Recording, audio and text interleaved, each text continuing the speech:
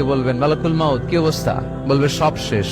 মাইয়াব্বা, কে বাকি? মালাকুল মাউত বলবে জিনেরা বাকি, যাদেরকে দেখা যায় না। আল্লাহ বলবেন জিনদেরকেও শেষ করে ফেলো, রুহু কবজ করো। মালাকুল মাউত আজরাইল জিনদের রুহু কবজ করবে। আল্লাহ এবার জিজ্ঞেস করবে, ইয়া মালাকাল মাউত আখবিরনি মাইয়াব্বা, এবার বলো আর কে বাকি? মালাকুল মাউত বলবে, আল্লাহ মানুষগুলো সব শেষ, জিনগুলাও শেষ, এবার বাকি ইবলিশ শয়তান। কে বাকি? ইবলিশরেও শেষ করো, ইবলিশও শেষ। আল্লাহ আবার জিজ্ঞেস করবেন, ইয়া মালাকাল মাউতি মাইয়াব্বা, আর কে বেঁচে আছে বলো? মালাকুল মাউত বলবে, আল্লাহ আপনার কথা অনুযায়ী পৃথিবীর সব মানুষের রুহু কবজ করলাম, সব জিনদের রুহু কবজ করলাম, ইবলিসের রুহু কবজ করলাম, এখন আছে শুধু ফেরেশতা। আছে কারা? যাও ফেরেশতাদের রুহু কবজ করো। ফেরেশতাদের রুহু কবজ হয়ে যাবে। এবার আল্লাহ জিজ্ঞেস করবেন, ইয়া মালাকাল মাউত আখবিরনি মাইয়াব্বা। মালাকুল মাউত বলবে, আল্লাহ আপনার কথা মতো ধরে ধরে সব শেষ, ফেরেশতাও শেষ, 4 জন ছাড়া। কয়জন ছাড়া? জোরে বলেন, কয়জন ছাড়া?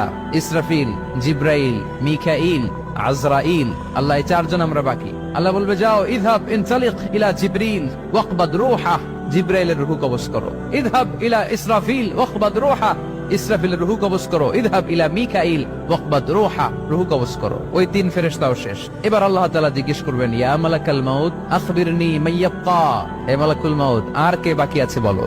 মালাকুল মাউত বলবে, আল্লাহ আপনার কথা মতো মানুষগুলো শেষ, জিনগুলো শেষ, ইবলিশ শেষ, আমার বাকি 3 ভাই ইসরাফিল, মিকাইল, জিব্রাইলও শেষ, শুধু আমি, শুধু আমি। আল্লাহ বলবেন, কেউ নাই? মালাকুল মাউত বলবে, না আল্লাহ কেউ নাই।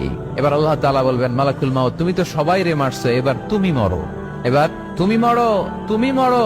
শোনার সাথে সাথে মালাকুল মাউতের কাঁপুনি ছুটে যাবে, খিঁচুনি এসে যাবে ভয়ে। আল্লাহ বলবেন, কাঁপুনি দিয়ে তো লাভ নাই, কারণ কুল্লু নাফসিন যায়িকাতুল। রব্বুল আলামিন বলবেন, মালাকুল মাউত কেঁদো না, এটাই দুনিয়ার বিধান, আমি আল্লাহর দেয়া বিধান, এটাই, জন্মালেই মরতে হয়। যাও, জান্নাত জাহান্নামের মাঝখানে একটা জায়গা আছে, জায়গাটার নাম হলো আরাফ। এই আরাফের মধ্যখানে যে দাঁড়াও, ওখানে যে মালাকুল মাউত কাঁপতে থাকবে।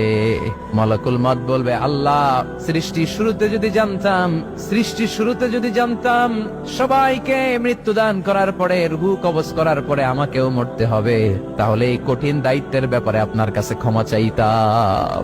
আজকে আমারও যে ভাগ্য বরণ করে নিতে হবে সৃষ্টির শুরুতে, আমি এটা কল্পনাই করতে পারি নাই। আল্লাহ বলবেন, নো টক, মুত ইয়া মালাকাল মাউত, মর, মরে যা, মুত, মরে যাও।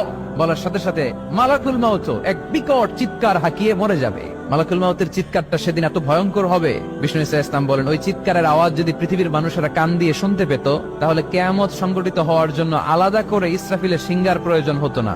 ওই চিৎকারের আওয়াজে প্রতিটা মানুষ কানের পর্দা ফেটে ওই জায়গায় লাশ হয়ে পড়ে যেত। এবার ডানে বায়ে সামনে পেছনে উপরে নিচে কেউ নাই, একজন ছাড়া। জোরে বলতে হবে, তিনি কে? আল্লাহ তখন পৃথিবীকে একটা ডাক দিবেন, বলবেন,